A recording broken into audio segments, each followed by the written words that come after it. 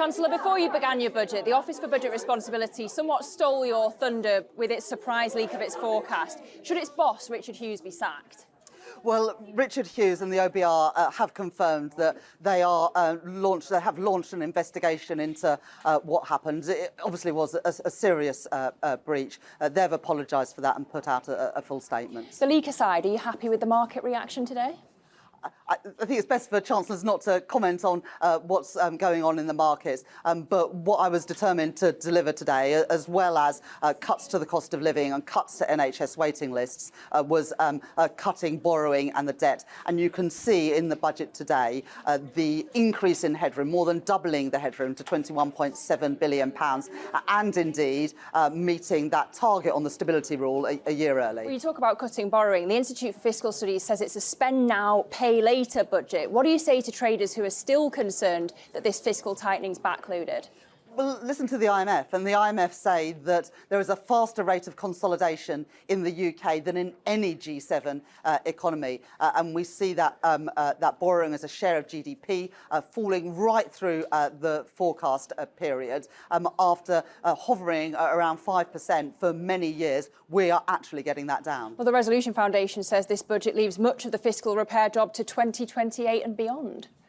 Well, some tax reforms, like the high-value council tax surcharge, take a while to introduce, and also we want to make sure that we get these things right. And similarly, the changes with the further freeze in the tax allowances, they're being frozen after they were already frozen for 7 years from 2028. But there are also real savings in spending right now, with better balance sheet management, cracking down on some of the waste and inefficiencies, and indeed introducing a further efficiency drive within our public services. So this is not all about tax. We've also taken measures on the spending side as well. You mentioned the freeze on income tax thresholds for 3 years. It's going to create millions of new taxpayers. Do you accept that breaches the spirit of your manifesto? Well, the manifesto was clear that we wouldn't increase the rates of income tax, national insurance or VAT.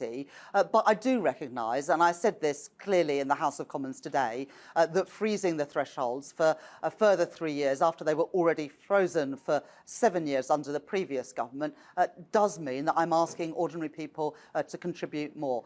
I think that is the fair thing to do in the wake of the productivity downgrade from the Office for Budget Responsibility, which will see £16 billion less come in terms of tax revenue. But I've kept that cost on ordinary working people as low as possible by closing loopholes in the tax system, and by introducing some taxes, for example, on EV charging, which the previous government ducked, even though it's been a ticking time bomb for some time. But do you accept the OBR's conclusion that this stealth tax rise is going to reduce economic output because of the financial incentive against working in order to fund spending on benefits? I think the OBR have been pretty clear that no measures in this budget impact their growth forecast.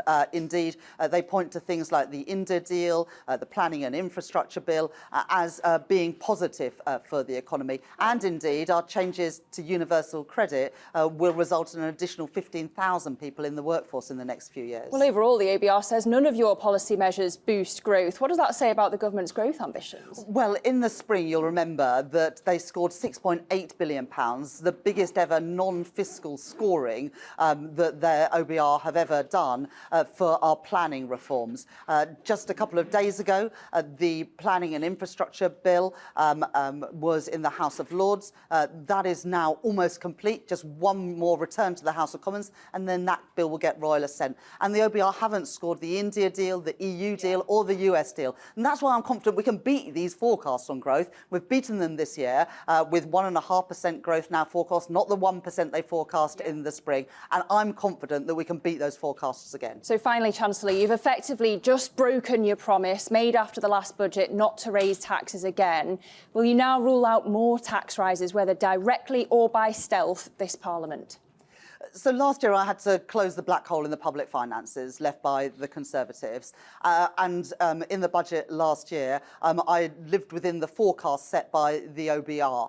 They have now changed their forecasts around productivity, and they are very clear that's nothing to do with the policy of this government, but that does mean they forecast lower tax revenue coming in. And I was always clear that I would never play fast and loose with the public finances, because it's ordinary working people and businesses that pay the price when that happens. So these are the fair and necessary choices in the circumstances that I faced. But what I'm now determined to do more than ever is to grow our economy so that we have the revenue both to keep taxes down and also to fund our public services. And that is what this government's plan for growth is all about, whether it's pensions reform, planning reform, the changes today to help make Britain the best place to start up, to scale up and to stay, with the changes to stamp duty for shares for companies newly listing in the UK. I'm determined that we get the growth that our economy has been sorely lacking for too long, and we do that through the reforms that we've set out. Well, no confirmation of no new tax rises. Well, no Chancellor can write future budgets. I took the fair and necessary choices today, but my focus has been and always will be on growing our economy so that we can keep taxes down and have the money we need to invest in our public services.